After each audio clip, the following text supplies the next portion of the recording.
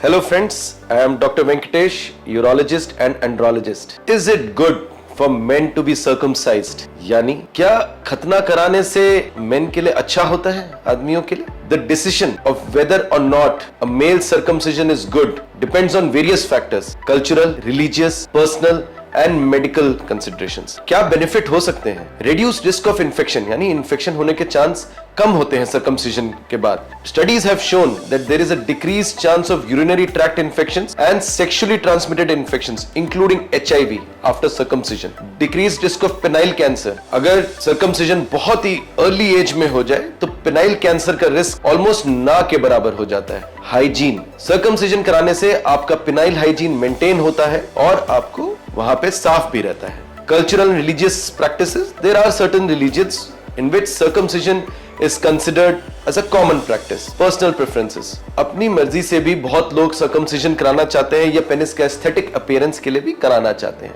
क्या रिस्क हो सकता है सर्कमसिजन कराने के बाद? ऐसा कोई ज्यादा रिस्क नहीं होता है। Is it painful to be circumcised? माने सर्कमसिजन कराना एक बहुत ही पेनफुल प्रोसीजर होता है कि नहीं?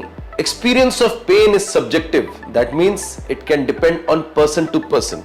90% of the patients after circumcision experience almost little or no pain. Circumcision both local anesthesia माने पेनिस में इंजेक्शन देके भी कराया जा सकता है as a day care procedure and general और स्पाइनल एनेस्थीसिया माने पूरा बेहोश या रीढ़ की हड्डी में स्पाइनल एनेस्थीसिया देके भी कराया जा सकता है। तीनों में से किसी भी तरीके से कराएं, pain after surgery is very minimal and it's a very safe and comfortable procedure. Is circumcision good for sex? Does male circumcision adversely affect female pressure?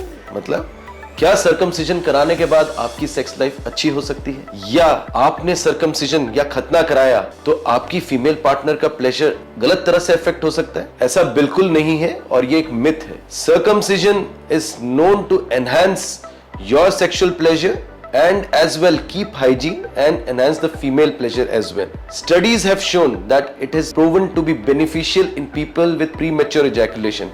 माने जिन लोगों को शीघ्र पतन की बहुत ज्यादा दिक्कत होती है तो ऐसा स्टडीज में देखा गया है कि खतना कराने के बाद या सर्कमसिजन कराने के बाद उनकी ये दिक्कत सॉल्व हो गई है। Circumcision it is also known to decrease gland sensitivity and delay ejaculation. माने जो आपके ग्लांस होता है लिंग के ऊपरी हिस्सा, उसका जो सेंसिटिविटी होता है उसको कम हो जाता है सर्कमसिजन के बाद, और जो इजैकुलेशन है या वीर निकलने की प्रक्रिया है उसमें भी देरी आ जाती है खतना कराने के बाद। सर्कमसिजन या खतना कराने के क्या तरीके होते हैं? सर्कमसिजन या खतना कराने के लिए मोस्ट कॉमनली आज की डेट में we have the latest which is called ZSR circumcision. ये एक डिवाइस होती है जो पेनिस पे फिट होती है और इसमें एक सर्कुलर स्टेपलर रिंग होती है जिसको हम जब दबाते हैं तो उससे क्लीन कट होता है ऑल अराउंड। तो इसका एडवांटेज क्या है? Less blood loss, less pain, a shorter hospital stay and early recovery.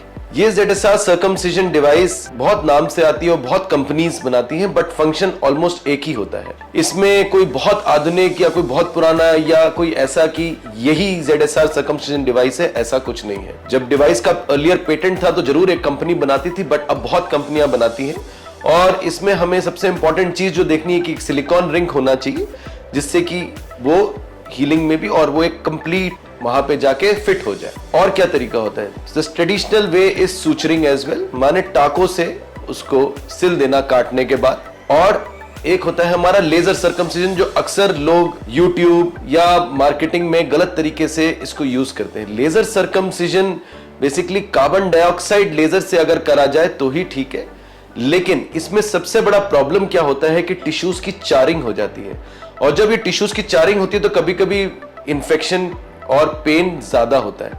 तो आज की डेट में the best is ZSR circumcision followed by the traditional way of suturing which is still a very good method of doing circumcision. क्या हो सकता है complication circumcision के बाद या क्या प्रॉब्लम आ सकती है, पेशेंट्स हमसे पूछते हैं। देखिए मोस्ट कॉमनली जो होता है पेन हो सकता है, हल्की सी ब्लीडिंग हो सकती है, वहां पे स्वेलिंग हो सकती है, बट ये सब चीजें 3 से 5 दिन मैक्सिमम एक हफ्ते में सेटल हो जाती है।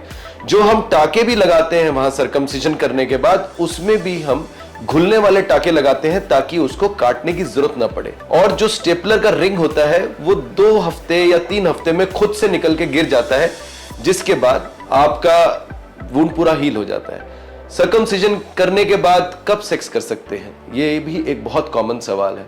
तो आइडियली 3 हफ्ते से 4 हफ्ते के बाद जब आपका घाव पूरी तरह से सूख जाता है, तब आप अपने सेक्सुअल लाइफ में इंडल्ज हो सकते हैं और जो लोग अनमैरिड हैं वो मास्टरबेशन भी कर सकते हैं।